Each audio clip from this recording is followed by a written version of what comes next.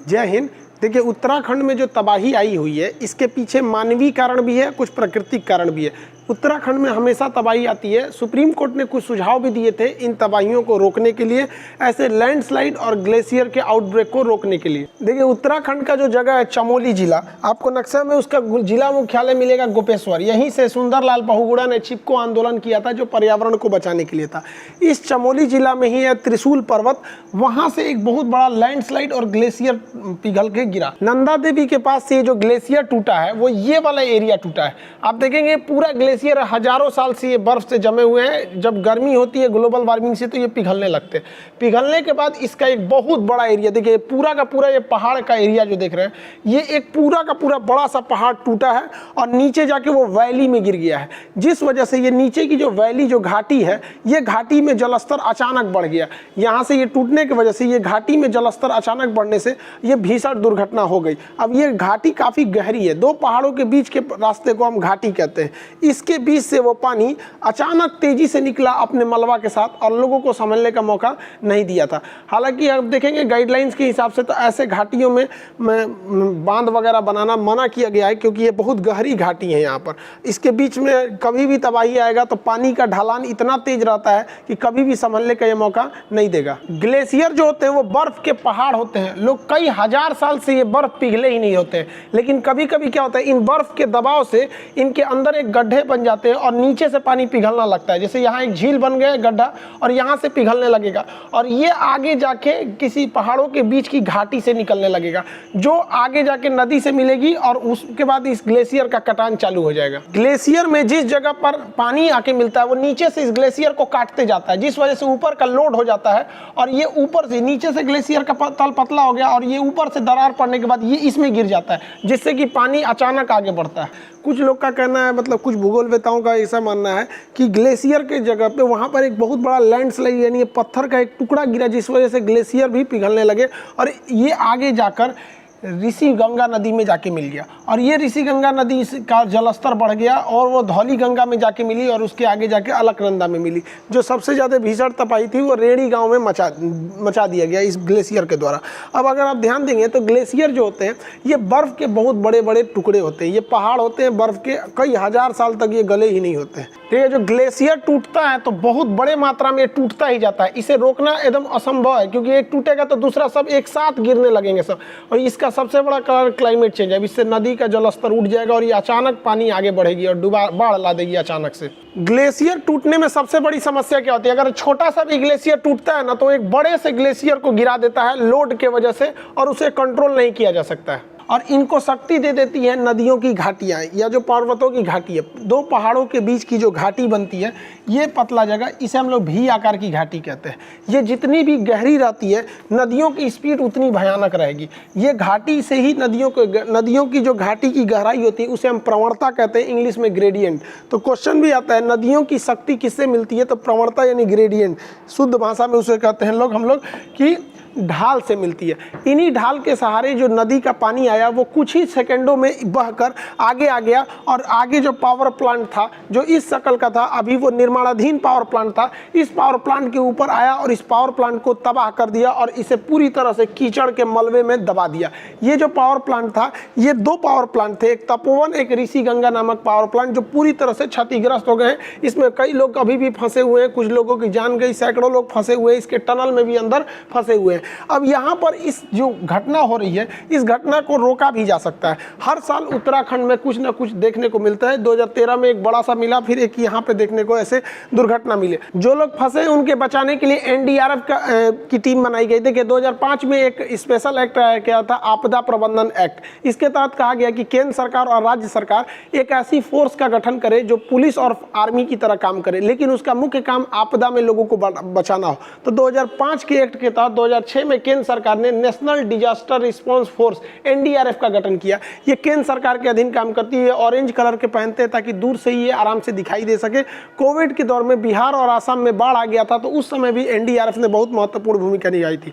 हर राज्यों की अपनी अपनी एसडीआरएफ भी होती है, स्टेट डिजास्टर रिस्पांस फोर्स। ये भी 2005 के अधिनियम के तहत 2006 में गठित किए गए। दोनों के ड्रेस सेम होते हैं, बस एक पे एनडीआरएफ एक पे एसडीआरएफ लिखा रहता है। इन्हें स्पेशल ट्रेनिंग दिया जाता है।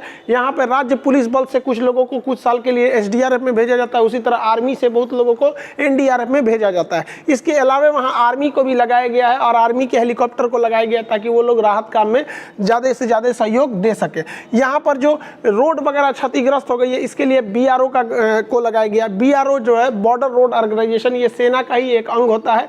ये इसकी गठन 1960 में किया गया था। बॉर्डर पे जितने भी रोड बनाए गए हैं वो सारी की सारी BRO ने ही बनाए हैं। BRO को तो डर इस बात का भी है कि अगर बॉर्डर रोड ऑर्गेनाइजेशन ने इन सड़कों को तेजी से नहीं बनाया तो आगे की कनेक्टिविटी टूट जाएगी और अभी चीन के साथ हमारा बॉर्डर पे तनावपूर्ण माहौल है। इस समय कनेक्टिविटी टूटना बहुत ही गलत होगा, इसका दुरुपयोग चाइना कर सकता है। हालांकि अब चाइना जो है वापस अपने अपने पोजीशन पे लौट रहा है, इसको हम लोग कभी और चर्चा करेंगे। उत्तराखंड की सीमा चीन से लगती है, इस वजह से ITBP को भी बुलाया गया। ITBP जो होता है Indo Tibet border police force, 1962 के इंडो साइनो वार, चाइना के लोगों को साइनो कहा जाता है, उसके बाद इसका गठन किया गया था।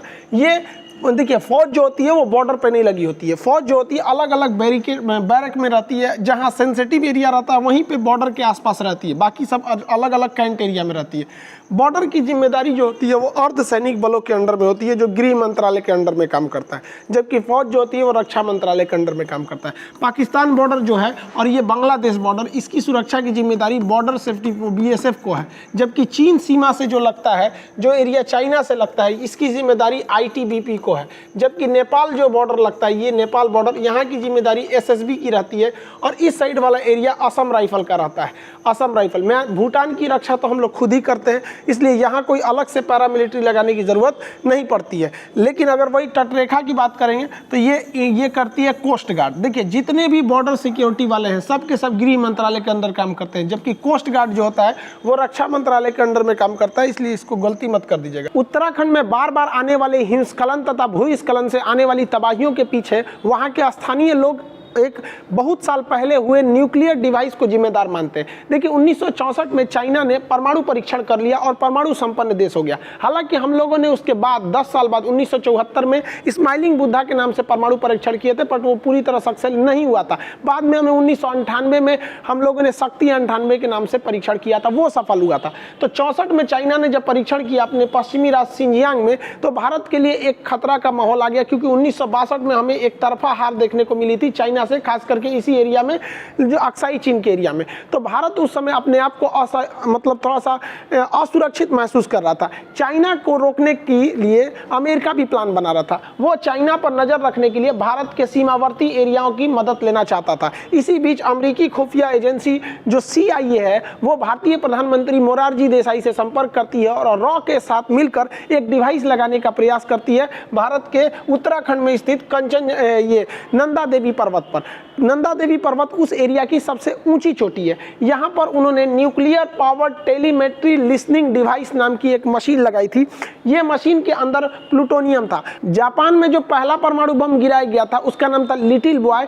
वो लिटिल बॉय जो था 6 अगस्त 1945 को जो गिराया गया उसमें यूरेनियम भरा था। लेकिन 9 अगस्त को जो परमाणु बम गिराया गया उसका कोड नाम था फैट मैन, उसमें जो था वो प्लूटोनियम था। तो इस प्लूटोनियम के पावर से वो चल रहा था ये डिवाइस। इस डिवाइस को बस एक बार पावर दे दीजिएगा तो 100 साल तक के लिए ये डिवाइस काम करनी थी। इसे 1965 में लगाना था। इसे उत्तराखंड की सबसे ऊंची चोटी नंदा देवी पर लगाना था। इसके लगाने की जिम्मेदारी दी गई भारतीय सेना को, भी इसकी जिम्मेदारी दी गई। और यहाँ पे जब इसे लगाया गया तो ये काफ़ी भारी डिवाइस था, वहाँ ले जाया गया। तो डिवाइस वहाँ लगाने की जब तैयारी पूरी तरह हो रही थी तो वहाँ मौसम बिगड़ गया, वहाँ हिमस्खलन होने लगे, जिस वजह से वहाँ के लोग वापस लौटने लगे। लेकिन मौसम इतना खराब हो गया कि इन्हें मजबूरन मशीन वहीं छोड़ के वापस लौटना पड़ा। आज भी वो मशीन वहीं पर है 1965 से लेकर, और इसका जो टाइम पीरियड है ये 100 साल है। तो वहाँ स्थानीय लोगों का कहना है कि शायद इसके रेडिएशन से बार बार ऐसी घटना हो रही है। हालांकि इसे खोजने के लिए बहुत बार प्रयास किया गया था, लेकिन अब तक सफलता नहीं मिली है कि ये डिवाइस कहाँ है। लेकिन हाँ, इतना जरूर है कि अगर ये डिवाइस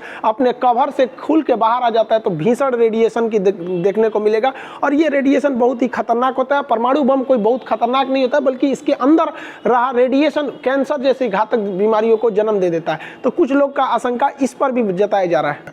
देखिए, सुप्रीम कोर्ट ने ऐसी घटनाओं को रोकने के लिए पहल किया था। 2013 में जो आई भीषण तबाही के बाद सुप्रीम कोर्ट ने रवि चोपड़ा कमेटी का गठन किया। इस कमेटी के अध्यक्ष रवि चोपड़ा थे। इन्होंने कुछ सुझाव दिए थे सरकार को जो वहाँ करना चाहिए। इन्होंने कहा था कि जो भी वाइल्ड लाइफ सेंचुरी है, जहाँ पर सेंसिटिव जोन है, जो अभी हिमालय अभी तरुण अवस्था यानी नवीन अवस्था में है, ये फोल्डेड माउंटेन है, यहाँ ज़्यादा डेवलपमेंट का काम नहीं करना चाहिए, इसे प्राकृतिक रूप से छोड़ देना चाहिए। ये नंदा देवी राष्ट्रीय उद्यान अभी मोस्ट सेंसिटिव है, ये भूकंपीय क्षेत्र में भी आता है। ये बहुत ही सुंदर दृश्य होता है। उत्तराखंड में हरियाली है, सुंदरता है, सब है, और तबाही भी आती रहती है। शादी के बाद इंसान की ज़िंदगी भी उत्तराखंड हो जाती है, दिखने में भी ठीक ठाक, तबाही भी आती रहती है। सुप्रीम कोर्ट के ये रवि चोपड़ा की कमेटी की सिफारिश पर एक और बात कहा गया था कि जो भूकंपीय जोन 4 और 5 में आते हैं वहाँ इस तरह के बड़े निर्माण काम को नहीं करना चाहिए। भूकंपीय क्षेत्र जो होते हैं 4 होते हैं, बट नंबरिंग उसकी 2 नंबर से की जाती है। देखिए 2, 3, 4, 5, तो ऐसे आपको नंबर होते तो वो 4 ही हैं। पहले एक से लेके 5 तक होता था, लेकिन 1 नंबर को हटा दिया गया, तो अभी टोटल ये भूकंपीय क्षेत्र में आते हैं। तो जो 5 नंबर भूकंपीय क्षेत्र होता है वेरी हाई रिस्क जोन होता है, और जो 4 नंबर होता है हाई रिस्क जोन होता है। तो ये जिस एरिया में डैम बन रहा था वो 4 और 5 दोनों में आते थे, कुछ एरिया 4 में कुछ 5 में। तो ऐसे एरिया में गवर्नमेंट को भी कंस्ट्रक्शन के काम को सोच समझ के करना चाहिए। दूसरा कमेटी ने कहा था कि जो पत्थरों को तोड़ने की बात है, पहाड़ों को तोड़ने के लिए, तो उसके लिए क्रशर मशीन लाए जाए और उसको फिर मशीन से तोड़ा जाए। लेकिन ठेकेदार वगैरह लोग पैसे बचाने के लिए उसमें विस्फोटक लगा के उड़ा देते हैं, जिस वजह से वाइब्रेशन होता है और पहाड़ों का जो टेक्टोनिक प्लेट वो हिल जाता है, और ग्लेशियर में कंपन होने से ग्लेशियर टूट के समुद्र में गिर जाते हैं या नदियों में गिर जाते हैं। बर्फ के बड़े से टुकड़े का गिरना हम लोग जो बर्फ का जो ग्लेशियर बर्स्ट कहते हैं, जबकि एक पत्थर का पहाड़ों का फिसल जाना उसे हम लोग लैंडस्लाइड कहते हैं। उत्तराखंड में ये दोनों समस्या है। इस लैंडस्लाइड को बचने के लिए यहाँ 2-3 तरीके हैं। एक जाली लगा दी जाती है बाहर से ताकि छोटे छोटे टुकड़े ना आए। होता क्या है कि थोड़े थोड़े टुकड़े अगर गिरेंगे छोटे छोटे ना, एक बड़ा सा होल बनने लगता है, फिर एक बड़ा सा एरिया गिर जाता है। तो इसको लगाने से क्या होता है, नीचे जो सड़क जाती है वो भी दुर्घटना से बच सकती है। और यहाँ पेड़ लगाने से ये कुछ हद तक रोकते हैं। हालांकि आईआईटी के इंजीनियरों ने खोज किया था कि इसमें रॉड को ऐसे लगा दिया जाता है। ये रॉड जो होते हैं टेंशनिंग रॉड, इसको पकड़ के चट्टानों को रखे रहते हैं, जिससे कि ये बाहर की ओर नहीं आते हैं और लैंडस्लाइड नहीं होता है। इससे भी लैंडस्लाइड से बचा जा सकता था।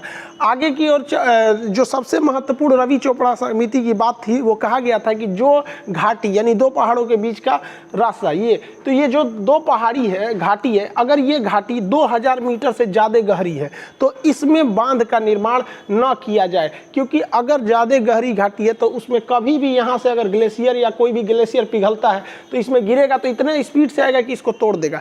इस हिसाब से उत्तराखंड के 23 बांध को रवि चोपड़ा कमेटी ने कहा था कि इन्हें इमीडिएट बंद कर देना चाहिए, जिसमें ये 2 बांध भी शामिल थे जो इस बार टूट गए। लेकिन सरकार वहां की इसे अनदेखी कर दी और जो 23 बांध उसे बंद करने के बजाय उत्तराखंड में अभी लगभग 60 बांध पर काम चल रहा है, जो छोटे बड़े डैम बनाए गए।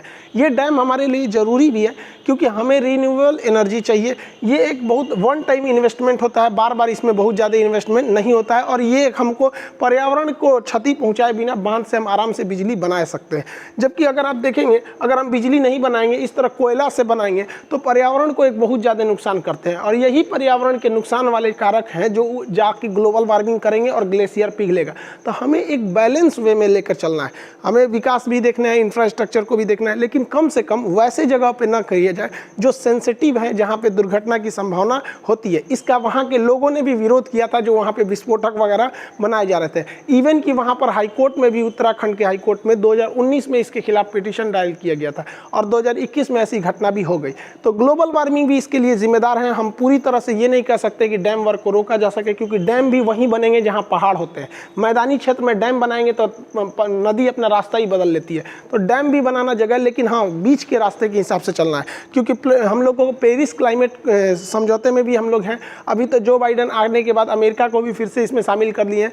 ये पेरिस क्लाइमेट समझौता अगर पूरी तरह से लागू हो गया तो 2050 तक हम लोग ग्लोबल वार्मिंग जैसे एक बहुत बड़ी समस्या को हम लोग निजात पा सकते हैं। और बिजली के जो साधन है, जैसे पन बिजली हो गया, पानी से, पवन चक्की से हो गया, सोलर एनर्जी से हो गया, इस सब से हमें बढ़ावा देने की ज़्यादा ज़रूरत है। हालांकि अगर अभी भी रवि चोपड़ा कमेटी की सिफारिशों को हम नहीं मानते हैं और अनदेखा करते हैं तो आने वाले वक्त में हम एक और अनहोनी का इंतजार कर रहे हैं। आई होप आप इसे समझे होंगे। मिलेंगे नेक्स्ट क्लास में। जय हिंद।